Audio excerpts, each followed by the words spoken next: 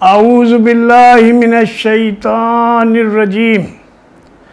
بسم اللہ الرحمن الرحیم یا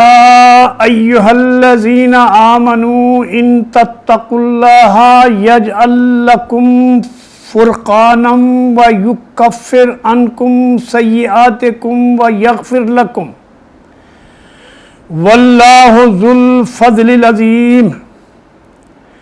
وَإِذْ يَمْكُرُ بِكَ الَّذِينَ كَفَرُوا لِيُثْبِتُوكَ أَوْ يَقْتُلُوكَ أَوْ يُخْرِجُوكَ وَيَمْكُرُونَ وَيَمْكُرُ اللَّهُ وَاللَّهُ خَيْرُ الْمَاكِرِينَ وَإِذَا تُتْلَى عَلَيْهِمْ آيَاتُنَا قَالُوا قَدْ سَمِعْنَا لَوْ نَشَاءُ لَقُلْنَا مِثْلَ هَذَا ان ھذا الا اساطیر الاولین۔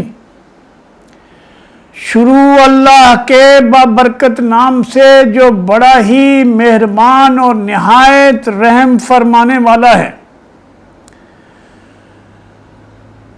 وہ وقت یاد کرنے کے لائق ہے جب منکرین حق تمہارے خلاف تدبیروں پہ تدبیریں کر رہے تھے، منصوبے بنا رہے تھے، چالیں چل رہے تھے اور سوچ رہے تھے کہ تمہیں قید کر دیں یا قتل کر دیں یا تمہیں جلا وطن کر ڈالیں۔ وہ اپنی چالوں میں مصروف تھے، اپنی منصوبہ بندیاں مکروہ چالوں میں مصروف تھے، اور اللہ ان کی چالوں کو بے اثر کرنے کی تدبیر فرما رہا تھا۔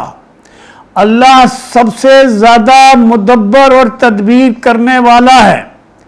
جب ان کو ہماری آیات سنائی جاتی تھیں تو وہ کہتے تھے کہ ہاں ہم نے سن لیا، ہم چاہیں تو ایسی ہی باتیں ہم بھی کر سکتے ہیں، یہ تو وہی پرانی کہانیاں ہیں جو پہلے سے لوگ کہتے چلے آ رہے ہیں۔ ناظرین،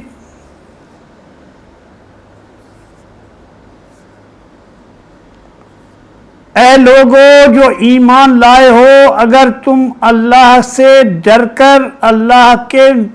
کے طرف نیکی کا راستہ اختیار کرو گے تو اللہ تمہارے لیے تم کو وہ کسوٹی بہم پہنچائے گا جو تمہاری برائیوں کو تم سے دور کر دیں گی اور تمہارے قصوروں کو اللہ معاف کرے گا۔ اللہ بڑا فضل فرمانے والا اور رحم کرنے والا ہے۔ ناظرین، اسلام ایٹ کراس روڈ کے سلسلے میں سورہ انفال کے 5ویں رکوع کی آیت نمبر 29 سے 31 تک کی تلاوت اور اس کا اردو ترجمہ آپ کے سامنے پیش کیا ہے۔ اس میں اللہ تبارک و تعالی اپنے مومن بندوں کو یاد رکھنا چاہیے کہ کوئی بھی چیز اللہ پہلے جو شرط لگاتا ہے، دعوت دیتا ہے، چاہے وہ عبادت کی کوئی بھی شکل ہو، وہ ایمان خالص کے بغیر اللہ تعالیٰ نہیں چاہتا ہے۔ وہ صلاۃ ہو، وہ صوم ہو، وہ حج ہو، وہ زکوٰۃ ہو، وہ اللہ کی راہ میں جنگ ہو، دشمنوں سے مقابلہ ہو، یا جو بھی معاملہ پیش آئے، اس میں بنیادی شرط اللہ کی طرف سے ایمان کا اور ایمان کا خالص ہونا ضروری ہے۔ اس لیے یہاں ہر بار جو ہے وہ اللہ تبارک و تعالی مومنوں سے یا ایھا الذین آمنو کہہ کے مخاطب کرتا ہے، اور یہاں دعوت دی جا رہی ہے کہ تم اللہ کے راستے کو اختیار کرو، نیکی کے راستے کو اختیار کرو، اللہ سے ڈر کر زندگی گزارنے کا راستہ اختیار کرو، اپنی آخرت کو یاد کرو۔ اگر تمہارا یہ رویہ ہوگا تو اللہ تعالیٰ تمہارے نہ صرف یہ کہ غلطیوں کو معاف کر دے گا بلکہ تمہارے اوپر بڑا ہی فضل کرنے والا ہے، تمہارے پچھلے جو غم ہیں وہ بھی تم سے مٹا دے گا۔ اور یہ بھی یاد رکھو کہ تمہارے جو دشمن ہیں جو چاہیں کر ڈالیں، وہ اللہ کے منصوبے کو شکست نہیں دے سکتے۔ تمہیں یاد ہوگا کہ اللہ تعالیٰ کے نبی صلی اللہ علیہ وسلم کے خلاف قریش مکہ یہ سکیمیں بنا رہے تھے کہ اللہ کے رسول کو قتل کر دیں، اور سارے قبیلوں نے اکٹھا ہو کر یہ فیصلہ کیا کہ ہر قبیلے کا ایک ایک آدمی اکٹھا ہو اور وہ حملہ کر دیں اچانک نبی صلی اللہ علیہ وسلم پہ، تاکہ کوئی بھی ان کے سب جب ان کو شہید کر دیں تو اس کے بعد کوئی قریش کا کوئی بھی شخص بنو ہاشم میں سے ان کے لیے کلیم کرے تو سارے قبائل کے لوگ جو ہے وہ کہیں کہ ہم نے قتل کیا ہے، تو پھر وہ کس سے کلیم کریں گے؟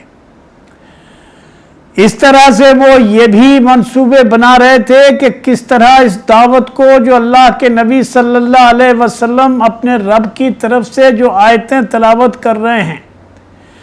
جو انسانوں کو ہدایت کی طرف بلا رہے ہیں، اور اس کے مقابلے میں یہ چالیں چلتے ہیں، کبھی کہتے ہیں ان کو قید کر دیا جائے، کبھی کہتے ہیں ان کو جلا وطن کر دیا جائے،